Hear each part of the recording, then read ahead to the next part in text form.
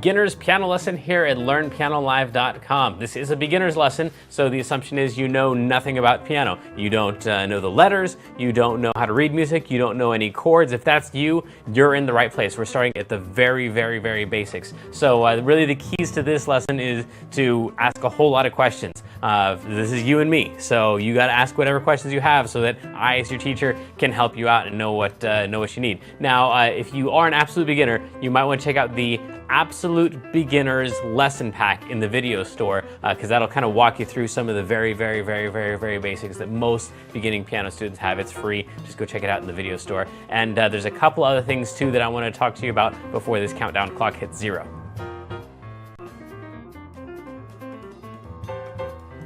All right, first and most important, ask a lot of questions. The way that you're going to do that is there's a couple different ways. You can jump in the chat room and talk with the other students who are logged in at the same time. I'll be watching the chat room too. You can ask your questions there. Or if it's a question that's just for me, a question about the lesson, especially if you know it's one that's going to fit best at the question and answer time at the end, then you can just put your name and your question in the box below this video, click submit, and then I will get that. Now, if you're already in the archives, if you're watching this not live, but you're watching this in the archives, then make sure at the end of the lesson you click on the survey button. You don't have to fill out the entire survey. If you want to, I mean, I'd love your feedback, but really the best part of that is that you can put your question in there, and then when you click submit, then I will get all of your questions. I'll make sure that you get them answered, whether you're in the archives or you're live.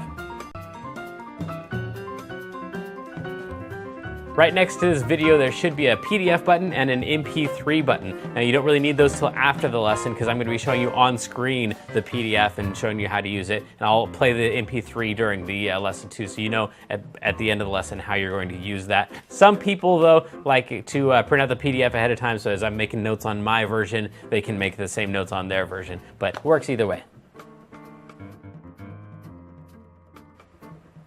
All right, this is perhaps the most important part. You need to leave the lesson when you feel like you're sufficiently challenged. So, I'm teaching these lessons, 12 to 15 lessons a month. Normally in traditional lessons, you're getting like a lesson every other week or so. So this is just way too much for you to take in. So, the goal is for you to get some little nugget of something that you can really practice on, really work on. Once you feel like you have that, then you really don't need anything else from me. Go practice. That's where this stuff is really gonna happen. You're not going to get through this lesson and be able to play something really well. You're going to get through this lesson and have the information that you need to practice more effectively. That's really the goal here. So don't feel bad about taking off early. If you feel like halfway through the lesson you got as much as you can take in at that time, then go practice that thing, and then come back whenever you've got that thing down, or you're bored with it, or you just want to check out the next topic. Don't forget also that you've got the archives too. So if you want to see one little thing, just repeat it over and over and over. Just give me, hopefully within 24 hours after the lesson, this thing will be up in the archive, so you can just go back and watch it over and over and over and over and just get that little segment down. All right, today we're doing everybody's favorite topic. Out of the 8 sectors of musicianship, the one that everybody always likes the most is application. That's where you finally actually get to play a song. So if you've been here for the last couple weeks, you'll notice a lot of the same concepts popping up today, because we're going to take those concepts, we're going to apply them to a very specific song. If you haven't been here, don't worry about it. I'll show you how to play all of our little concepts. So hopefully at the end of today's lesson, you'll have all the tools to practice an actual real song that you can play for your friends and impress them. Let's go.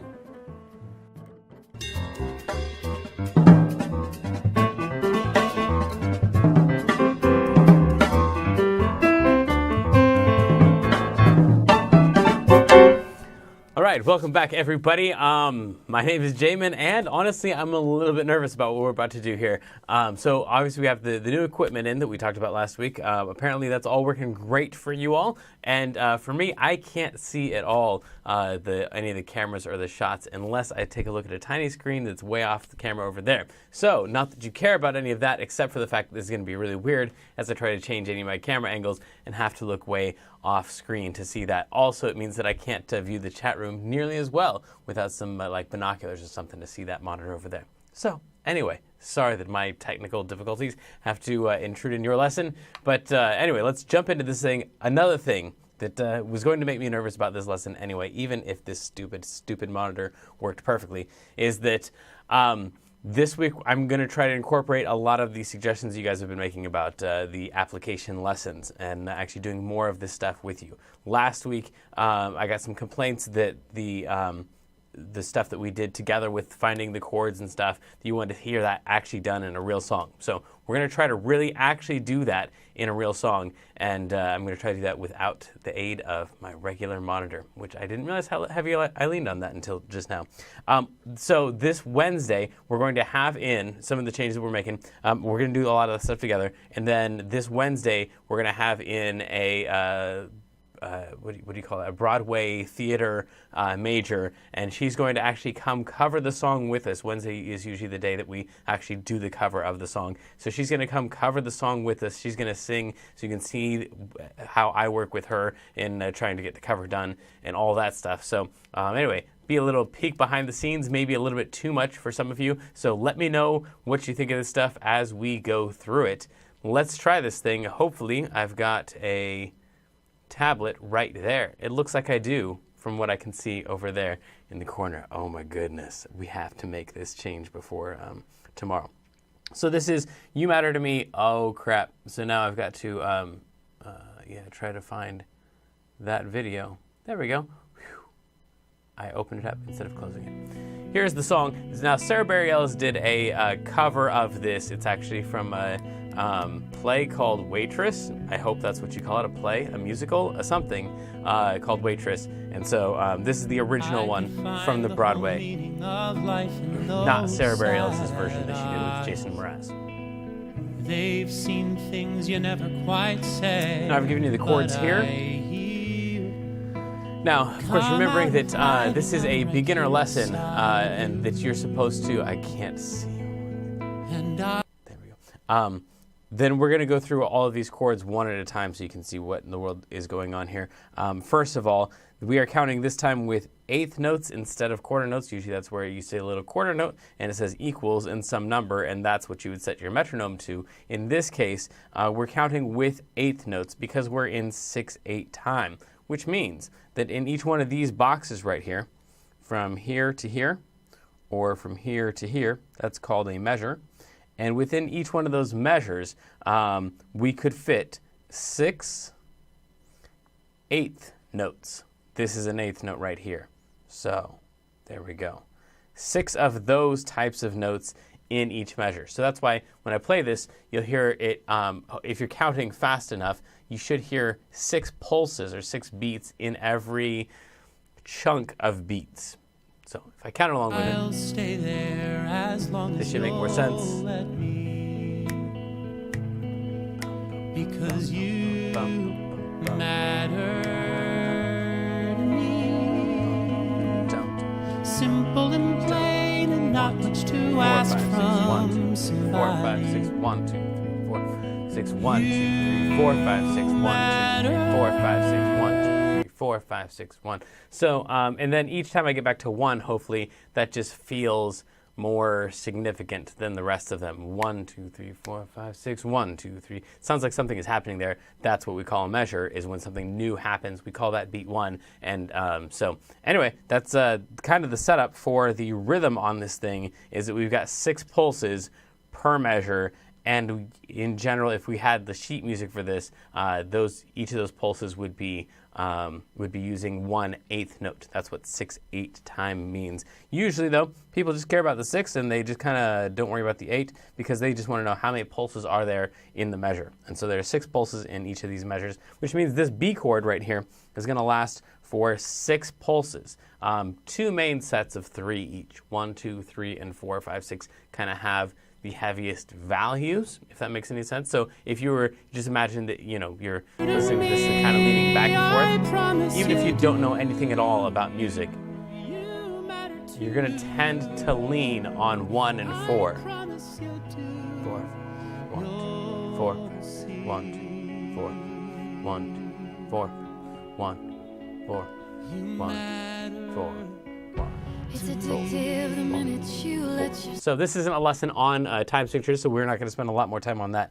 But that is kind of the feel of the song. And each of those pulses, 1, 2, 3, 4, 5, 6. As you can hear, even though the song overall feels really slow, ba, da, da, da. Those are all kind of the important pulses there. Each one of those 6 actually happens pretty fast at 200, which is why the number is really high even though the song feels slow, because we're just counting so many of the pulses in each of the measures. Okay, so that first chord is that B chord that you need. That's made up of a B and a D sharp and an F sharp. These can be in any order anywhere on your piano, but the B is going to be the one that's just above a group of 3 black notes. So here's a group of 3 black notes, and here actually you want to zoom in here to this one right there. Okay, so here's a group of 3 black notes. Here's a B. So that's one of the notes in a B chord. The other one is going to be a D sharp, this guy right here. So it's the top of a group of 2 black notes, that one. And then the F sharp is going to be that one right there. Now, that's the order they're shown on your page, but you can put them, like I said, in any order. So you don't have to play the F sharp right there. You could play the F sharp right there. It's the same exact note. They're both F sharps because they're both to the left of a group of 3. These are the same note. So B, D sharp, and either F sharp or F sharp. These are all, that's the B chord, however you want to play it. Or if you wanted to not play the B there, if you want to play the B up there, right there, that would also be a B chord. So you can play this in whatever way is most convenient. I'm guessing if this is your first lesson ever, the most convenient way is the way that's written on your PDF with a B and a D sharp and an F sharp, and just trying to get those in time. So we would hold on to that for 6 pulses, 6 quick pulses right here for that first measure. Then the second measure is going to be a C sharp minor, and on your next page it says C sharp minor right here is that note and that note and that note. Now on this particular PDF they are named D flat and F flat and A, but they are those notes right there. So those are the notes that you need to play. D flat, F flat, and A, or you could rename all of those notes C sharp and E and G sharp. It's the same exact sound and it's the same exact shape. You're just playing those notes. They just have different names depending on the context. So that would happen for another 6 pulses. So those 2 together would be 1, 2, 3, 4, 5, 6. That's the B chord. And then 1, 2, 3, 4, 5, 6. That's the C sharp minor chord, the little M meaning minor, right there. So 1, 2, 3, 4, 5, 6. 1, 2, 3, 4, 5, 6. That might be all you want to practice, just those 2 chords. Try to get those back and forth. But then your next chord is going to be an A if you want to continue on, and that of course is listed on the next page. A and C sharp and E. Now, one of the things we're doing this week is that this song is kind of long, so we might have done this anyway, even without your suggestion, but we're going to break this up into different chunks. Monday and Tuesday, we're going to do different sections of the song because it changes keys. It's not in the key of E the whole entire time. But that whole thing right there is, and that's how you would count those. If you have a measure that's not, that doesn't have a chord on top of it, like that one right there, you just play the chord that was listed last. So that would be an E right there. So an E right there is going to get 12 pulses, 6 of them right there, and 6 of them right there. So when you play that E chord, 1, 2, 3, 4, 5, 6, 1, 2, 3, 4, 5, 6. And to answer your question before you ask it, no, you don't have to play it again on the second set of pulses, or you could play it on every single pulse, or whatever sounds good to you.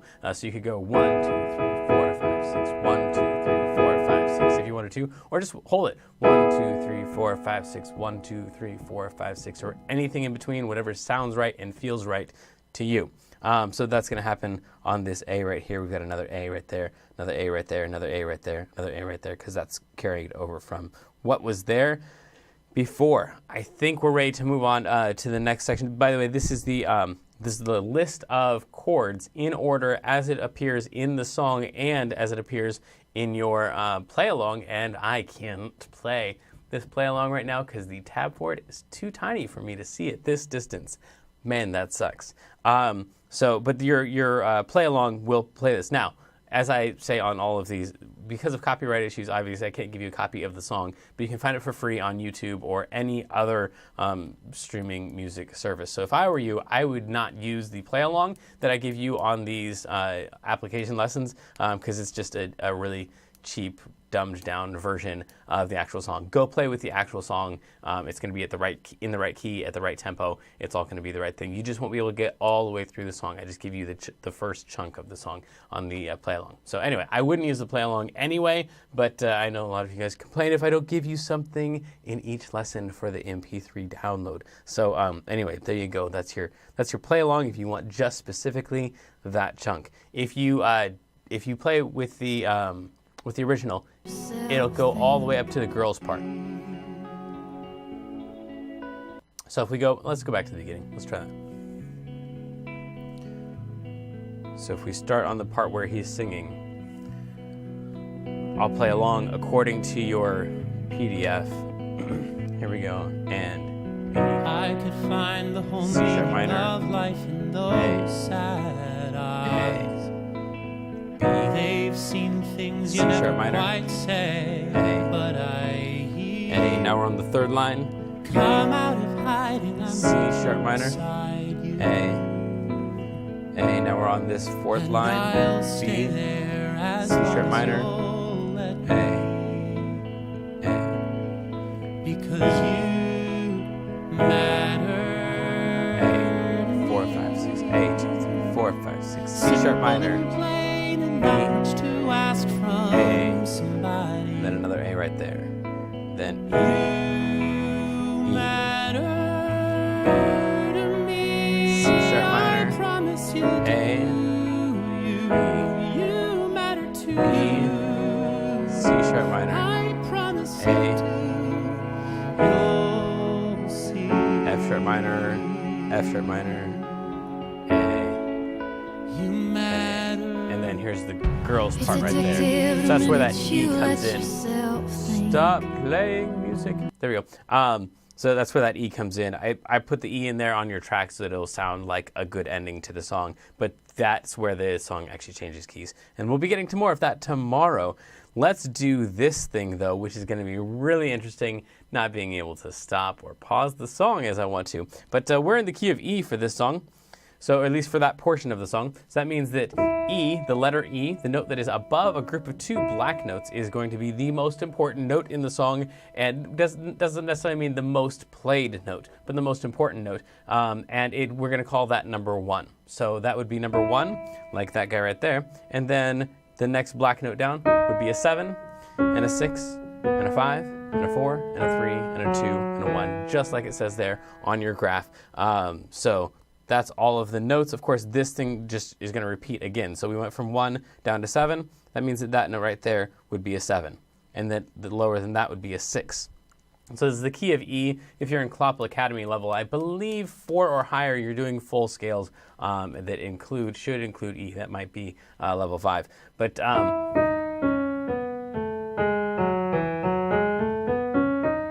that is the scale, and it continues on up.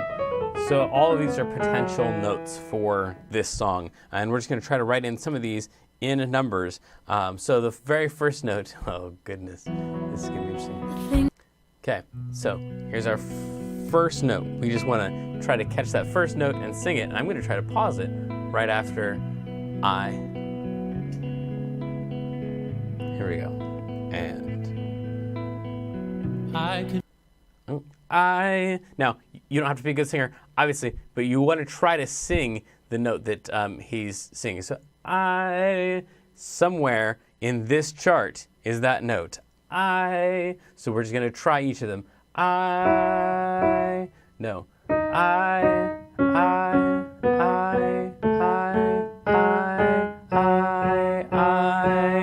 That one right there sounds like the note that I'm singing. Now I'm going to go back and make sure that as I was singing, I didn't change the note, make it too flat or too sharp, as often happens when you try to hang on to a note for a long time, especially as you're playing other notes. Then that note will slide into whatever you were playing instead of holding on. But I think it's an F sharp. Let's see if that's the case. So. Find the whole meaning of. Oh my goodness. So we're hoping it's this one.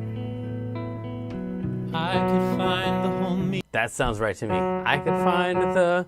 So, all of those are 2s, because that one right there is a 2. I could find the, sounds like it goes down. I could find the whole. So we're going to go from a 2. Hopefully it's just one note down. In most cases, it is just one note down. I could find the, sounds right to me. I'm going to go with that. That's going to be a number 1. Whole, that one right there doesn't sound to me like the note that we started. I could find the whole, I could find the whole, I could find the whole. There we go. That one sounds like the right one. That one's a 3. Now, I know I've only done 5 notes of the entire song, and it's taken me like 5 minutes to find those 5 notes.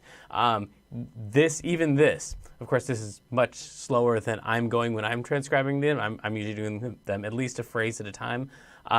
But when you do it on your own, especially for the first 50 to 100 songs or so, it's going to go a lot slower even than what I did. You're going to mess up. Like I said, your note is going to sink down. You're going to end up singing the note too high. You have to rewind, try the note again, rewind, try the note again, rewind, try a different note. But I guarantee that as you spend time doing that, that your ear will get better at hearing the types of mistakes that you're making and will not make those same mistakes as frequently in the future. Still, even for me, I'm only doing a phrase or 2 at a time. I can't just listen to a whole song and then be able to pick out all of the notes for that. I just can't remember all of that. There are people who are much better at it than me, but I've done, good heavens, thousands, probably tens of thousands of these at this point.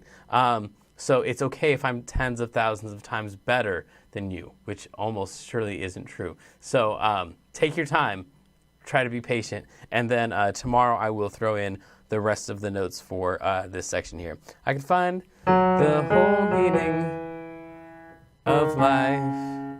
I don't know how the song goes, so I can't remember the phrase. But anyway, something like that. So that's going to be that page. And then this one over here is, we've got the key change after the Dr. Pomatter. Is that a real name? I think that's the name of the dude. And then Jenna. Now, we've got something weird going on here in that she's got this whole like section in here where she's just going to talk. So this section, You matter too. I promise you do. You'll see. right here. Then You matter to me. now she's going to talk for a long time. And during that section, Dear baby, where you just going to play. I hope someday Oh, the chords somebody are wants to hold you for 20 minutes straight. They don't pull away.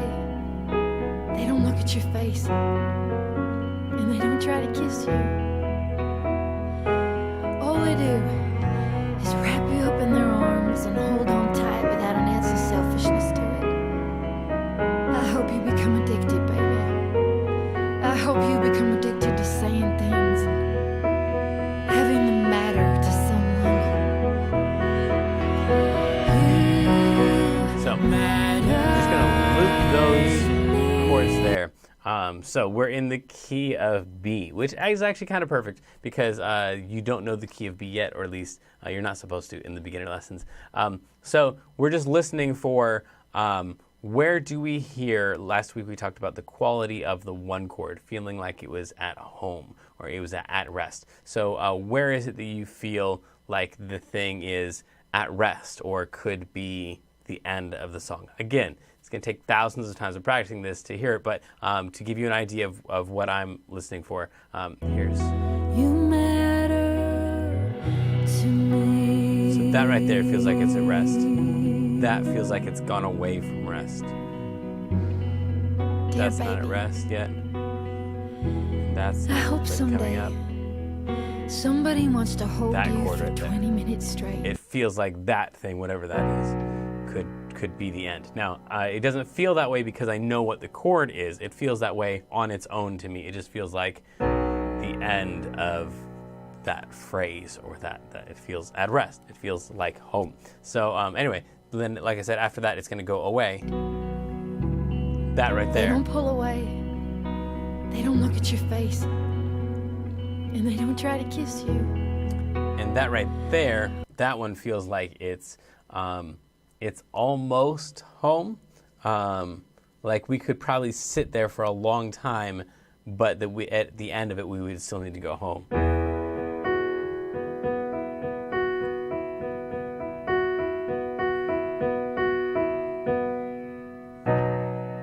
So that chord right there,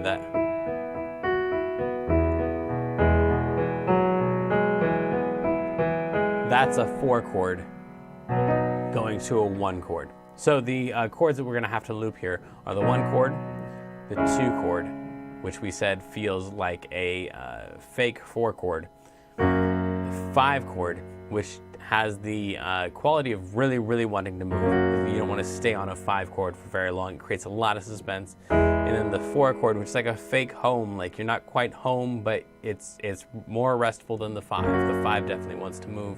The 4, it's kind of restful, but it's not going to feel totally complete until it goes back home. So the chords are 1, 2, 5, and 4. And I'm not telling you this so you can do this later on. I'm just trying to describe to you the feelings that I have and hopefully play the song through with you. And not like you're playing a song, like play the track and have you empathize with the feelings that I have about each of those chords so that later on you can start to feel those on your own.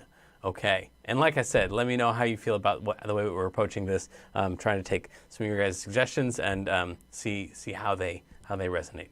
Here we go. Dear baby, That feels like fake home right there, and somebody wants to real hold home. you for That's 20 the 1. minutes straight. That's the 2. They don't pull away. It's a minor They don't look version at of your 4. face. There's the 5, wants And to they don't move, try doesn't to want to stay kiss there. you. That right there is All the they 4, is and it wrap goes you to up in their home. arms That's the and hold resting on tight place. without an ounce of That's selfishness the to 2, it. that's the minorish I fake hope you home. become addicted, baby. That's the I 5, hope you become addicted to saying that's the things. 4, and back Having them to matter to someone. Nope, stays on the 4, didn't go home. So, hopefully, maybe you felt that with me, where I was expecting it to go home, and then it didn't go to rest. It just stayed where it was, stayed on that 4. Without an ounce of selfishness to Here's it. the 2 chord, I hope you become addicted, the baby. 5 chord, I hope you become the addicted 4 to chord. saying I things. expect it to go home, Having them there, matter to but someone. it doesn't until right there. So that's home right there. I don't know if that made any sense at all, but anyway, I'm going to have to, yikes, I'm going to have to leave my seat in order to go grab your questions. If you've got a question, hopefully it's already in the chat room. I will be right back. Hang on. I'm going to go grab your questions out of the chat room. So type them in right now if you have any questions at all. I'm going to try to grab them all where I can see them because the type is teeny tiny from over here, and then I'll answer them.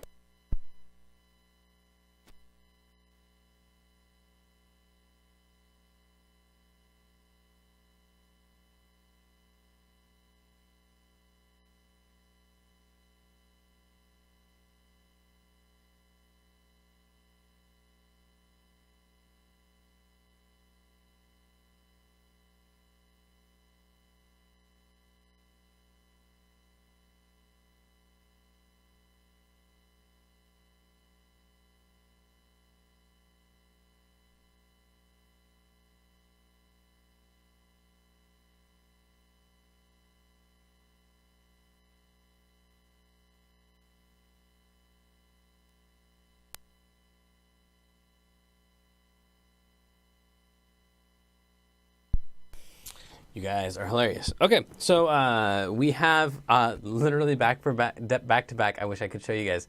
In the chat we have this sucks. I hate the way that you're doing this. Why don't you do it the old way? And then right after that we have I love this. Thank you so much for doing this way or whatever. I got the wording wrong on those, but. That's awesome. So we're going to wait for the archives people to weigh in on the way that we've changed things around for this application lesson, but definitely not pleasing all the people all the time today. We did have one serious question, though. It had to do with the difference between D flat and C sharp. So the times that you use The C sharp and the D flat have to do with what key you're in. So if your key has a C sharp in it, then you're most likely to use the C sharp. If your key has a D flat in it, then you're most likely to use a D flat. That's true for any of the enharmonic equivalents. So any of the notes that have two different names. For example, B flat and A sharp are two different names for the same thing. If you're in the key of F sharp, you're going to have an A sharp in there because you have F sharp, G sharp, and A sharp, and B. If you're in the key of F, however, you have an F, G, A, and B flat. So it just depends on what key you're in as to what you're calling it. But anyway, hopefully that made some sense to you. Since we are in the key of E, E has E, F sharp, G sharp, A, B, C sharp, D sharp, and E. So because we're in the key of E, then we would call that chord a C sharp minor instead of a D flat minor. But anyway, you run into both of them. I think that's it. Hopefully I can hit my cue on the way out here. But thank you all for your patience and your questions. And you know I love you. Hopefully I'll see you tomorrow and the next day as we talk to Morgan Mena. You've seen her covers before, and she'll be covering this song with me. And as I get my monitor fixed immediately, you know I love you. Good luck. Have fun.